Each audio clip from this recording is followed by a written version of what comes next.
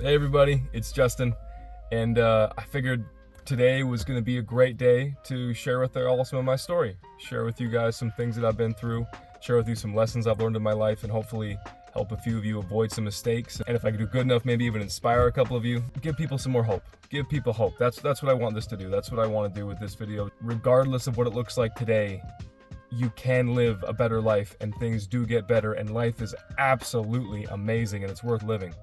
That's the message. That's what I want everyone to take from this, just to know that there's a better future for them despite everything else. So just a quick intro for anyone that doesn't know me yet. I'm the COO of Elite Dynamic Life, which is a family-run holistic health company. My dad started it. I've wanted to do it ever since I was a little kid, and I'm even going to go into that a little bit today, but I'm the COO, finally. Been a long time coming, but I love it. It's amazing. I'm a 10-year holistic coach. I'm a personal trainer, parasite terminator, six-figure entrepreneur. I'm an athlete, probably a little bit too competitive, but that's okay. That's okay. A little competition never hurt nobody. I'm also happen to be a super nerd. Most people don't know that about me. Elle makes fun of me all the time for my nerdiness. I'm also Elle's future husband. I'm a dog dad. I'm a future human dad. I'm really excited to be a dad. And oh yeah, I haven't been sick one time in the last 26 years. You guys are gonna have to learn a little bit more about that story today too. It's pretty cool.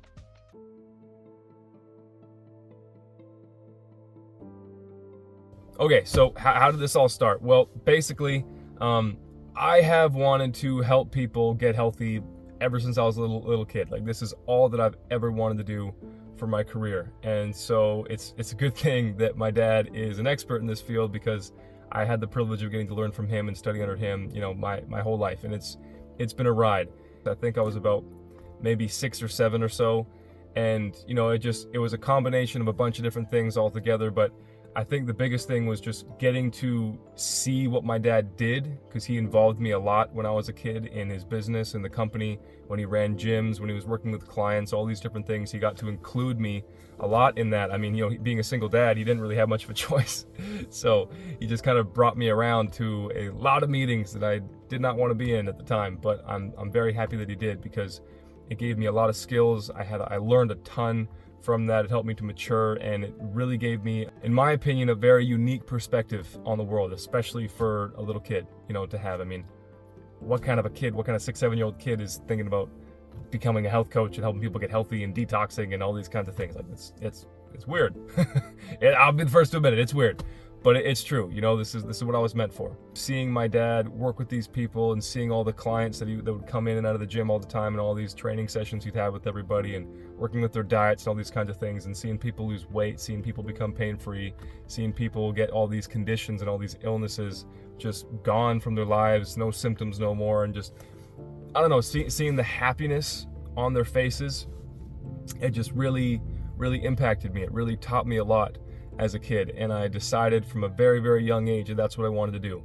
You know, one of the first things that I ever remember my dad teaching me when it comes to business and my career and whatever I wanted to do as a man is that as long as it helps people, it makes the world a better place. It's something that's good. It's not illegal, all that kind of stuff. And it gives me enough money to provide the life that I want for my family. I can have kids and I'm not worried about the grocery bill. I can build a secure home for my wife. I can drive around in reliable vehicles, all those kinds of things. Then he'd support it. Then he was good with it. If it met those two criteria, then it was okay, and I could do it. And I was just looking around, more and more studying, analyzing, paying attention, watching my dad, and you know, never seeing him complain about the bills like my other friends' families would, and I just never saw that stress on him. You know, I found out a lot later that everything was definitely a lot harder on my dad than he made it look, but from what I could tell at the time, it seemed like everything was great and hunky-dory. You know, my dad never complained about money. I always ate the best food possible. He'd put me in whatever I wanted to do for sports and stuff. He never complained about buying me stuff, things like that, you know. And so I just realized, like, well, my dad makes great money. I live a good life. I'm happy. I'm taken care of. And I mean, clearly this is doing something good in the world, because the amount of soccer moms that I saw weeping and crying in a gym, just tears of joy, like, you see that enough times and it's going to change you, you know? And I just got to realize, like, there's no way this can be bad. And so I decided to follow my dad's footsteps, and I've kind of dedicated my life to all this ever since, you know, and that's kind of how I got started. Just coming to more meetings with my dad, listening into more conversations, hearing how he'd work with clients, how he would answer questions, watching him put people through workouts and build programs and all these kinds of things. And eventually, as I got older, I got more and more involved in the company, and I started taking a more hands-on role. I'd pick up little jobs here and there, and one thing led to another. And by the time I was about 15, I was working with my own clients, and it's just been one thing after another, next level, next level, next level, and it's been amazing the whole time. I honestly, like, just this part alone, like when you guys hear the whole story, it's gonna be crazy. But just this part, that I've got to be so blessed that I've got to keep my health my whole life, and I got to learn from such a young age about how important my health is and how to feed myself, how to train my body, how to manage stress, how to do all these things. It's just been one of the biggest blessings that I could ever think of. It's incredible, and I'm so grateful for it every day, because it's something that so few people in the world get to have and experience. And I do, and I get to have it, and it's just amazing. And now I get to pass it on to other people, and I get to spread the word and share the good news. And it's just, life is good. Life is amazing. And it's way better when you're healthy. It's way better when you're healthy. So as of today, 10 years into this, I've worked with hundreds and hundreds of families and helped people with practically every kind of health problem you can think of, and just seen miracle after miracle after miracle. And I mean, if there's one thing that you can take from my entire career and my whole message, and everything that we talk about when it comes to health and the body and just living a good life and creating success and everything, it's just like people, the body, the human spirit, like we got so much potential. Like the options are limitless. What people can achieve and build, it's limitless. And if you just don't lose that hope, and you just get access to the right training and the right education, you just know the things that nobody seems to be taught anymore. Like you can get your body working the way that it was originally designed to. Like, it doesn't matter what problem you have, you can get your organs, your heart, your colon, your liver, your kidneys, all these things just functioning the way they're supposed to. And when they function the way they're supposed to, there's just no problems anymore. There's no chronic fatigue, there's no pains. Like, it's just, when it works, and it's built to work well. And it does every time.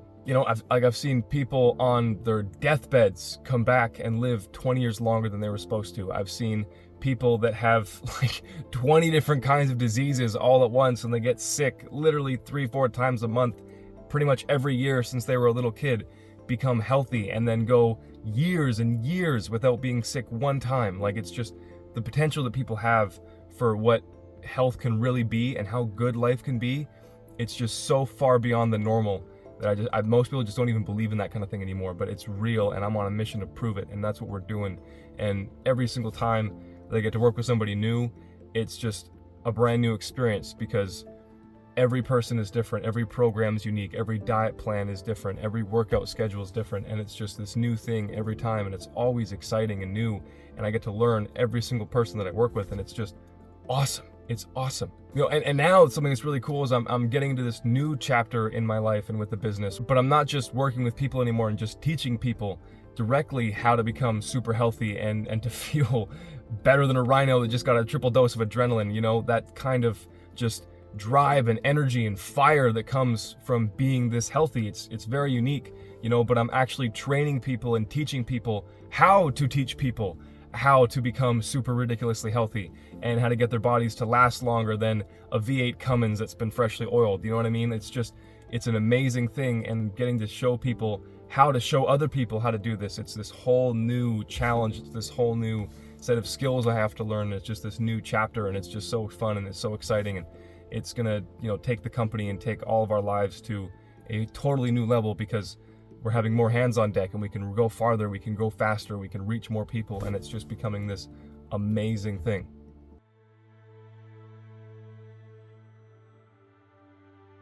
Before I go into any of the things and the trials and the downsides and talk about any of the darkness and all that kind of stuff, I just want to make it very clear, okay, I'm not sharing any of this with you guys to get no sympathy points. I'm sharing this stuff with you guys because something that I believe is that, especially for men, for us men, it's very, very important that we all rise above the darkness that we've gone through, because every great man in history ever has had to go through trials, has had to go through hard times, and without that, I don't know if you really can be an amazing, strong, powerful man like we all want to be.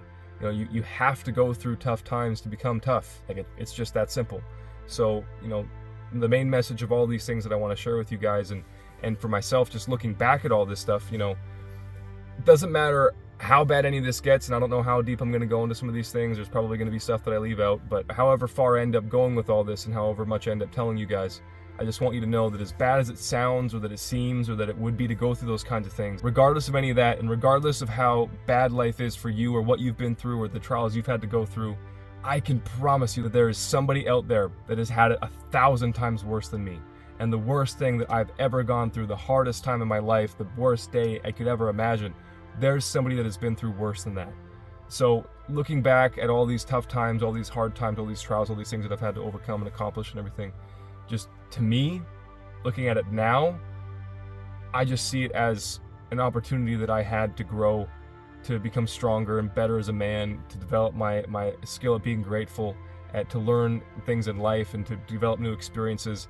And one of the most important things is that now that I've been through those issues and I've come out the other side, I can actually be somebody who can help somebody else going through that same thing, because I've been through it, I've done it, and I can speak to it from a place of genuine, authentic experience because it's real, it's not just fluff. And so now I can use all that darkness and I can turn it into something good because I can help people with it.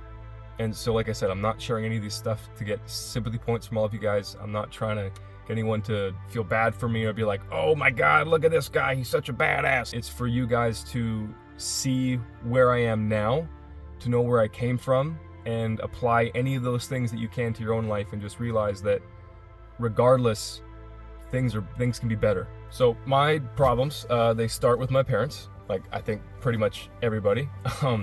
My folks, my mom and my dad, they split when I was, I think, around 2 or 3, something like that, around 2.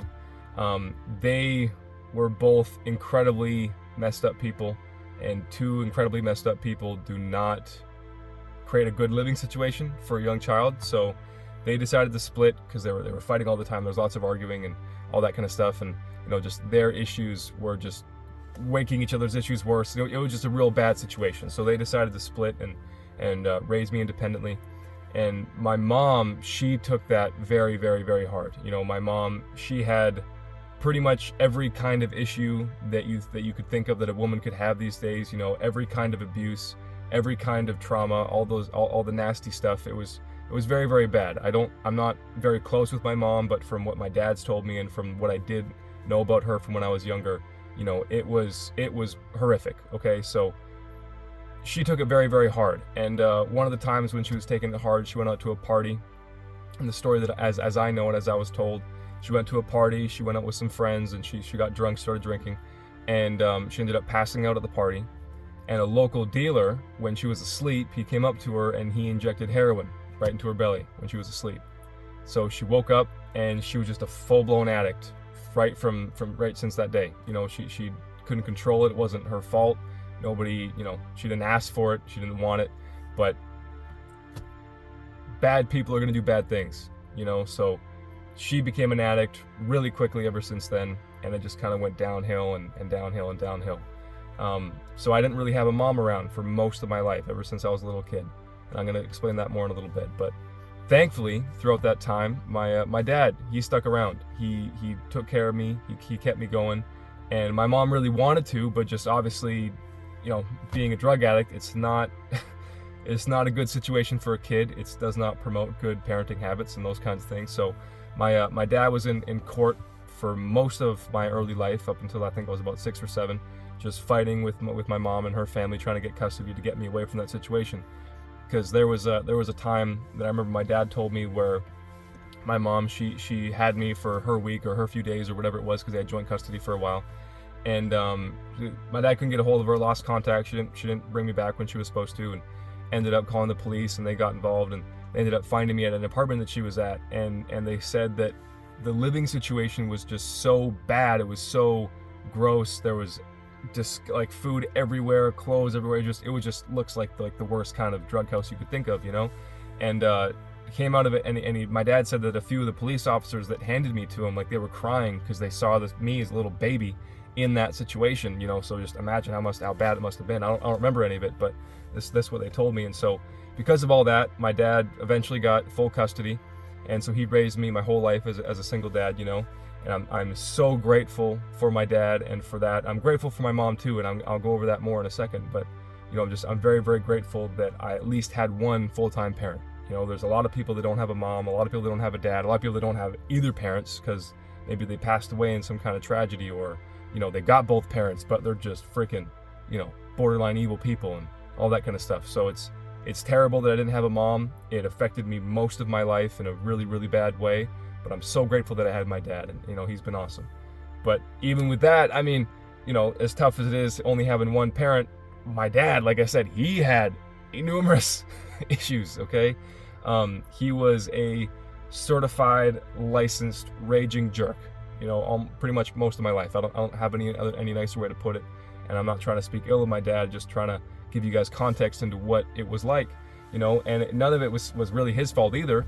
Everyone's in control of their choices, of course, but just for a bit of backstory, my dad, by the time he was 18 years old, like, he had over 200 concussions that was recorded, from domestic abuse and physical abuse in his home.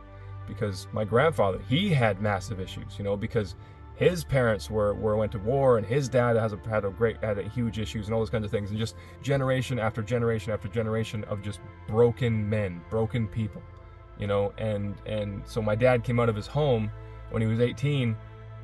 200 concussions by the hand of your own family, like, that's brutal. The fact that my dad isn't spending life in prison is a miracle, and it's just when you're that broken, when you're that angry, when you have that many issues, like, it's just not possible to be a good father, so he did the best that he could.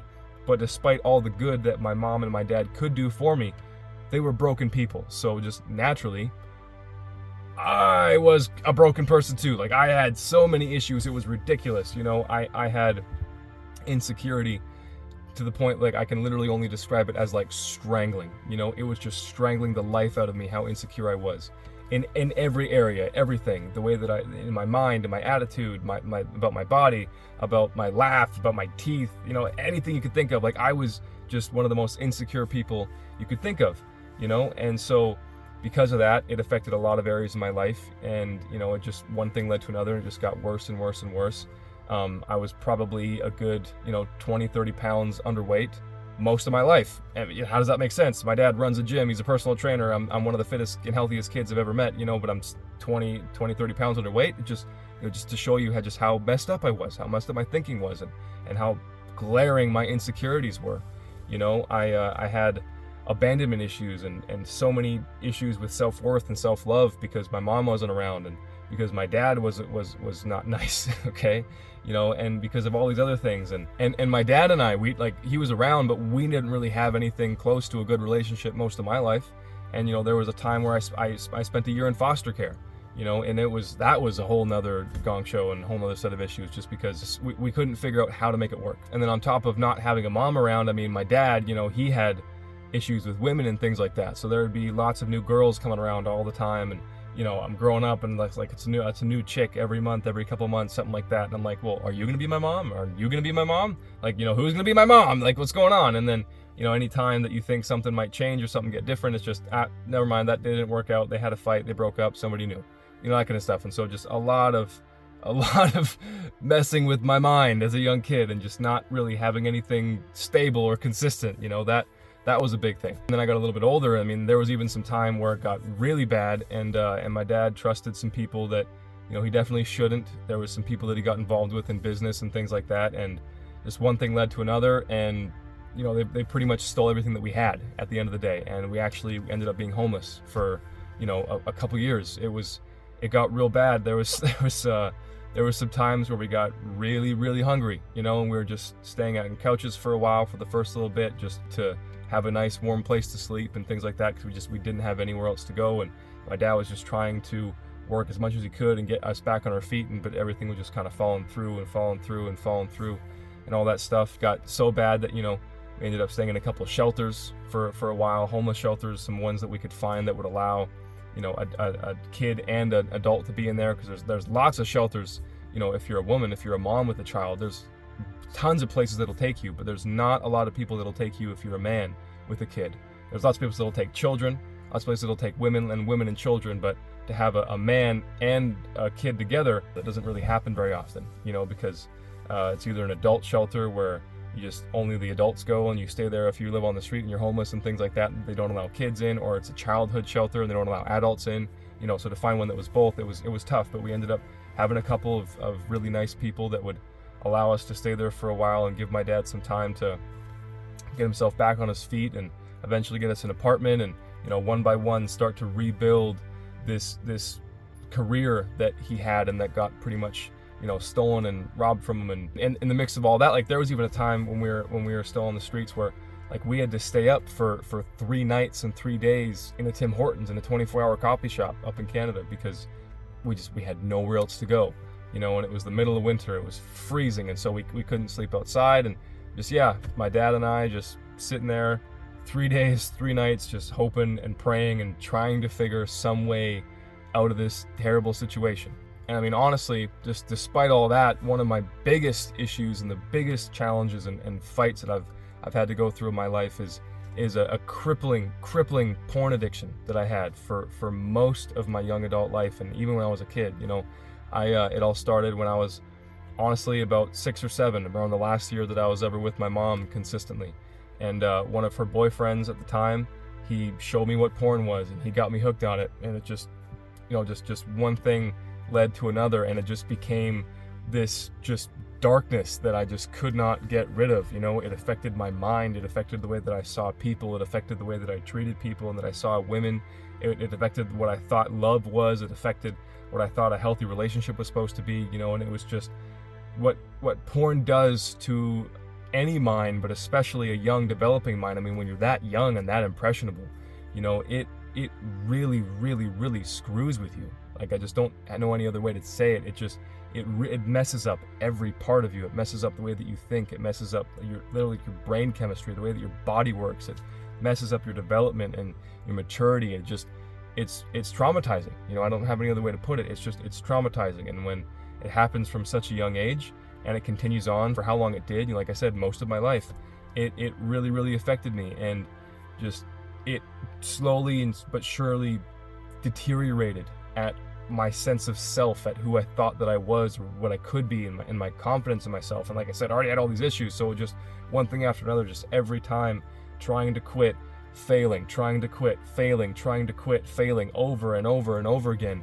And it just became this endless cycle of despair and darkness and depression. I thought about suicide pretty much every day for years and years and years. Up until I was about 17, 18, I mean, I probably thought about killing myself, or what it would be like to not live anymore, just give up on everything, pretty much every day for as long as I can remember. There was a time, I remember, it was starting to get so bad where I'd be walking on the street, and every time I'd hear a truck come up behind me as I'm walking on the sidewalk, just going to a friend's house, going to do something fun, maybe going to ride my bike or whatever, like I was in a good mood, and then I'd hear this truck, and I just, hopefully it turns a little bit and it veers and it just runs me over. I just don't even know that it's happening. I just close my eyes and just keep walking for a second as the truck passed me, and just have this sense of just utter despair, just not wanting to be here anymore, because I didn't see any way out. I didn't see any way that I could become the man that I wanted to be, that I could change from this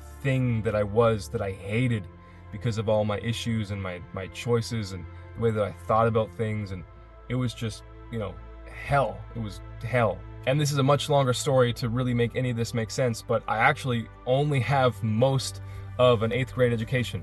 I don't have any education for myself, any formal education after 8th grade, and even up till 8th grade, I really only have about 5 years of schooling. And so for that, most of my life, we moved around a lot when I was a kid and changing schools all the time and tons of different things like that. And like I said, it's a very long story to explain, but that gave me a lot of insecurities around how smart I was, how intelligent I was. Like I felt like I felt like a moron most of my life, because I was always playing catch up to all the other kids. I was always having to learn something after everybody else my age already knew it, and because of that lack of education, just a lot of issues, with spelling and math and all those kinds of things. And that kept me down for a long, long time, because I just felt stupid. I felt really, really stupid. And I like to think I'm actually not stupid. I'm fairly intelligent, I hope. I can learn things pretty quickly, but just having that lack of, normalcy and consistency in my education really, really affected me. And it took a lot for me to develop confidence in my ability to learn and to be smart and to have, confidence in really doing anything mentally or academically, because I just didn't think that I could, because I thought that I was an idiot my whole life. And it basically just boils down to the fact that like I was messed up in pretty much every way that a person could be messed up. Like every part of my life, every part of who I am as a person was broken, was screwed up, it was warped, it was twisted. Spiritually I was just fading away into this husk of just nothingness, because I was just so distant from God and everybody else and every bit of love in my life, because I didn't think that I was capable of love. I didn't think that I was worthy of love. I didn't think that anybody did love me, because I just couldn't wrap my mind around it, because I was just so screwed up. Emotionally I was a wreck. I was just this broken, sad, angry thing. I was probably one of the angriest kids you'd ever meet, but I never let anybody show it, because I was just so insecure of people and what they thought of me and all these things. And so I just got really, really good at bottling it up all inside and just never letting anything out and just ignoring it, pretending it wasn't there and all that kind of stuff, and just storing up this ooze of darkness inside of me, inside of my soul. And it just kept building and building. It became this giant, this demon over my shoulder of just anger and rage and sadness and depression and suicidal thoughts and all these things. Physically, like I said, with my dad doing what he was, like I've been sick since I was 2 years old, but because of the way that I thought, the way that I was with my life, I was lazy, I was unreliable, I was all these things, and I was the healthiest kid ever, but I was still 20-30 pounds underweight. I still had all these issues with my sleep, because I was just constantly stressed out of my mind. I was just broken. I was a broken person, and there was just nothing about my background or my history that would make you think I would be anybody that would make it. Like if you knew me back then, if you saw how I was back then, you'd be like, wow, that kid is just sad.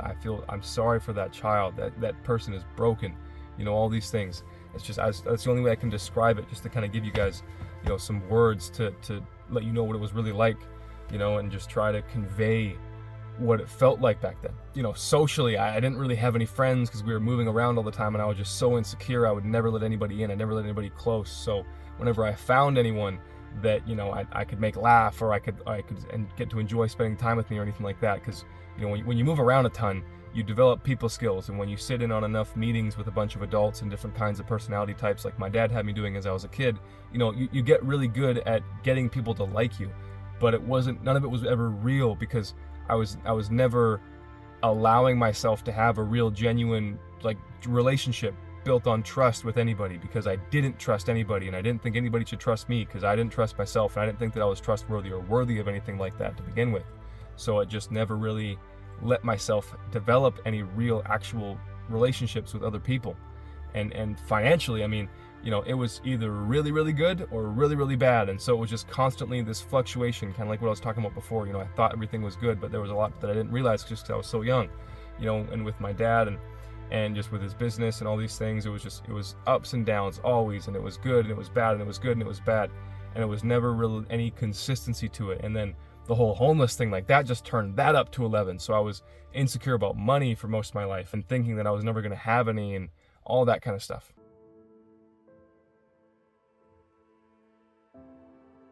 All of those things are terrible, and they should never happen to people, and they freaking sucked in the moment. Okay, they were brutal. But my point is that I was the only one that could do anything to change any of that. I just, despite the fact that I was a kid when most of this stuff was happened. Come on, I'm 25. I'm still a kid, okay? But I am the only person that can accept any responsibility for my own choices. I've always had a free will. I've always been in some kind of control over my life and the direction that my life heads, and what I do and what I say and all those things, and I'm the only person that can accept the help that was offered to me. I'm the only person that can make those choices to change. Nobody can change me, especially not with how stubborn I am. Despite my best efforts, I am as stubborn as a sleeping ox, okay? And that's a good thing if you're stubborn for the right stuff, but if you're stubborn for things that are not making your life better, it's a problem, and you got to work on it, all right? So if you're anything like me, find a way to make your stubbornness an asset, not a liability, okay? But I'm the only one that could accept that help. I'm the only one that could make those choices to change. I'm the only one that could work towards accepting love again and learning what love was and learning how to love again, especially for myself and especially with myself, because I hated myself, and I'm the only one that could choose to forgive and to let go of all that anger and that bitterness. Again, especially towards myself, because despite how rude my dad was, despite how mean anybody else was, despite how angry I was at God for all the terrible things that were happening, despite any of that, I was always the most angry with myself. I was always the most bitter and resentful and disappointed in myself more than anybody else. I'm the only one that can change any of my bad habits, that can change and choose different choices. I am the only one that can do that for myself. And everybody else is the same way. You're the only one that can change you. And so my main point is just that despite all this, and despite how old I was, and despite how mature I was, and despite anything, I was my own worst enemy. And I had to make the decision for me to change before anything in my life could change. And I had to be the one to put in that work, because despite how much my dad loved me, despite how much anybody else in my life loved me, despite how much help I had to do any of the things that I've been able to accomplish in my life, I still had to make those right decisions and make those right choices. Otherwise, none of the outside stuff could do anything. None of it could change anything. And like I've been saying, with all of those terrible things, there's been an opportunity and there's been a chance and there's been something good that can come out of it. It can always be turned into something good. Like my parents splitting up when I was a kid. That was terrible. That's very, very hard on a kid. But also at the same time, my parents were both very, very, very messed up individuals when they had me. And so if they had us stuck together, I would have had a double dose of all of their problems, and I could have ended up being way worse off than I was. It wasn't just my dad's issues, it was my dad's issues now plus my mom's issues, plus their issues mixing with each other, making both their issues worse, and then all piling onto me all at once. Okay? It also taught me how to be really independent and self-sufficient, and it matured me from a young age. So I didn't spend as long being a silly little kid as most people do in our modern world. And in the long run, honestly, it really taught me the value and how unbelievably important family really is, so that I never end up becoming one of those total morons that takes it for granted and doesn't appreciate it and loses that when I start my own family. And I'm never going to lose that appreciation that I have for my wife and for my children and for my parents and for all the loved ones that I have in my life, because I know what it's like to be without them. And that's an amazing thing, because so many families don't really appreciate each other. My dad being a jerk when I was a kid, that was hard, that was terrible. But honestly, it toughened me up and he strengthened me. And he made for real sure that there's no chance I'm ever gonna grow up to be some soft, weak, crippling man. And I'm so grateful for that I have a good head on my shoulders, that I have hair on my chest, and that all the stuff that my dad put me through when I was a kid, it gave me a set of balls, because men need to have balls, and way too many men don't have balls. And it's upsetting, but I'm very grateful that I'm not one of them. And it also, honestly, it taught me a ton of things not to do. I learned so much about what not to do as a father from my dad that he taught me, and that I'm never gonna fall into the trap of making those same mistakes that he did with my own kids. That honestly, with my personality and the issues that I had, if I didn't see all those things that my dad did, I very well could have ended up being a heck of a lot worse than he was, and I would have made way worse mistakes than he did. So it sucked in the moment, but now it's one of the best lessons that my dad's ever taught me. And honestly, I thank him for it. I really do, because I want to be a good father, and I'm a lot closer to being a good father when I inevitably do have kids, because I got to learn from a lot of his mistakes. All of my insecurities and my emotional, my mental issues, it's what drove me to Jesus. And just with how freaking stubborn I am, if I wasn't so broken and so desperate, I don't know for sure that I would have accepted him, that I would have chosen him, and that I would have said yes to him being in my life and being a part of me, which there's nothing on this earth that is more important to me than that.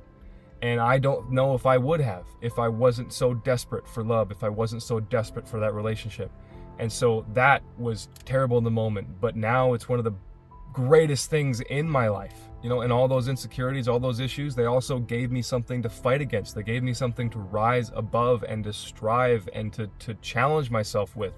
And which, again, I believe every single man on earth needs that, to become a man. You need that fight, you need that challenge, you need to know what it's like to lose and to have to crawl your way back up from this pit, because that way you can be a good leader, you can be a strong man, you can provide for your family, you have work ethic, you have guts, you have discipline, you have determination. And I don't know if you can really truly have those things without going through hard times. And now one of the coolest things, I can relate to other people and I can recognize those issues in other people, in other men, in other women. So I can help them because I can see what their issues are, because I saw it in myself.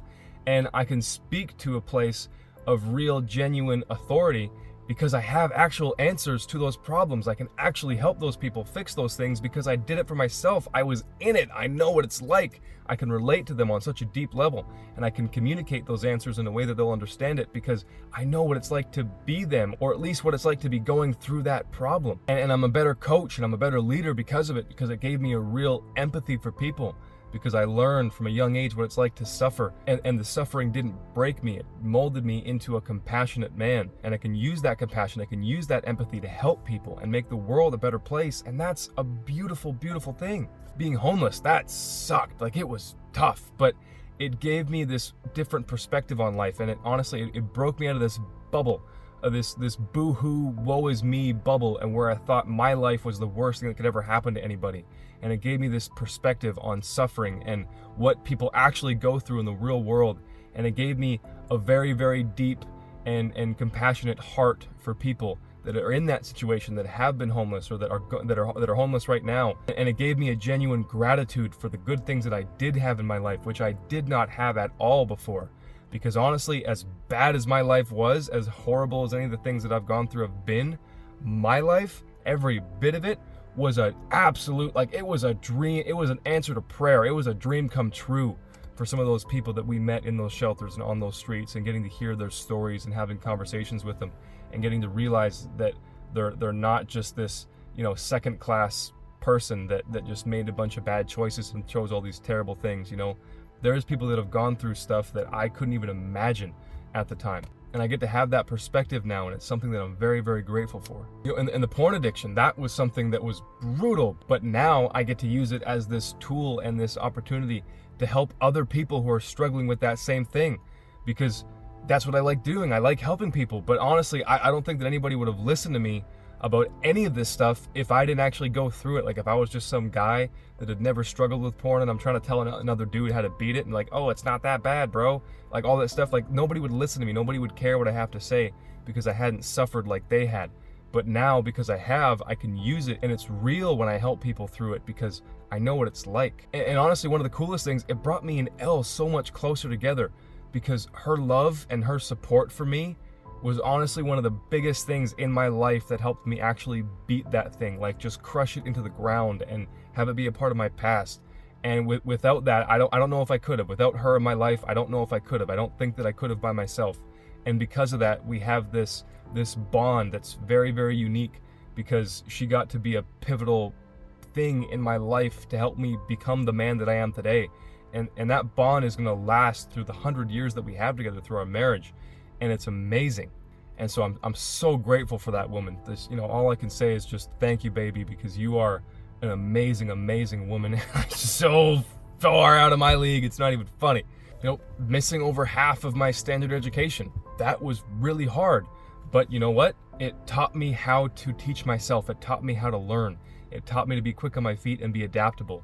It made me way more street smart and gave me a lot more people skills than I would have had otherwise.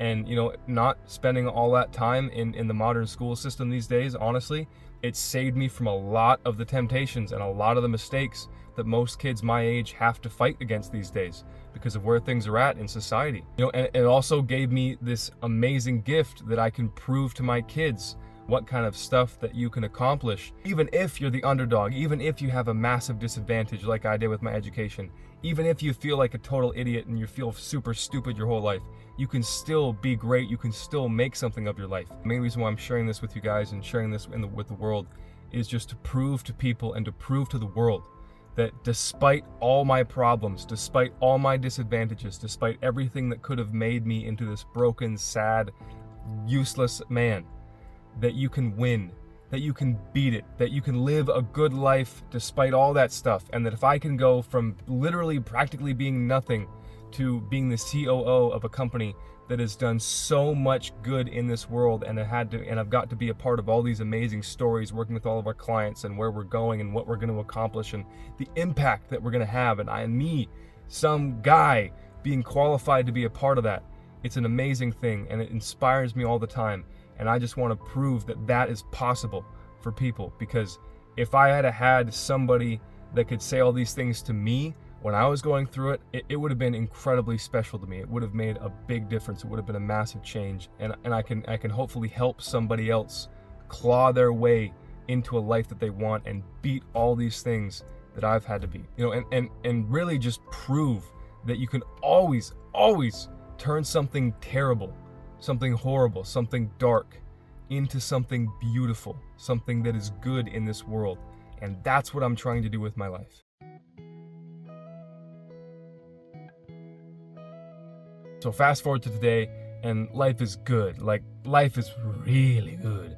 Okay, it's so amazing. It's so much better than I ever thought that it could be, and I'm literally living the life that I honestly wasn't even capable of dreaming into reality. And just the first thing that I want to mention, because you got to give credit where credit's due, okay? But I owe every single good thing in my life to Jesus.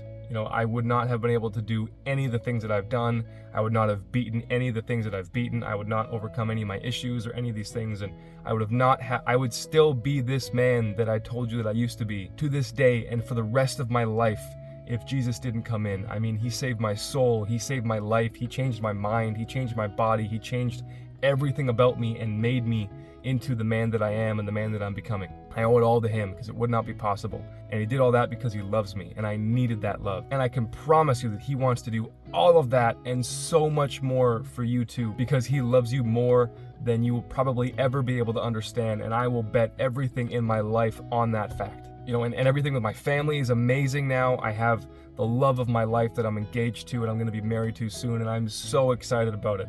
Everything with my dad is all good. Like, we're best friends now. We don't have any issues anymore. We don't have all those troubles and the strife and the yelling and the fights and the constant battling.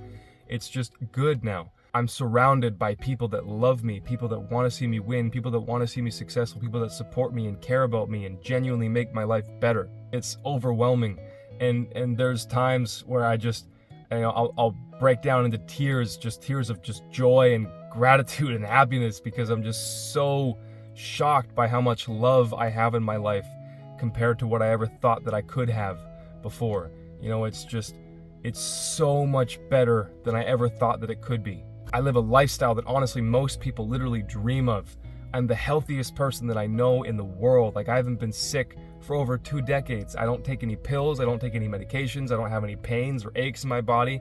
I don't have any chronic conditions. I don't have any health issues of any kind. I can't even think and remember the last time that I went to go see a doctor. I was literally too young to remember it, okay?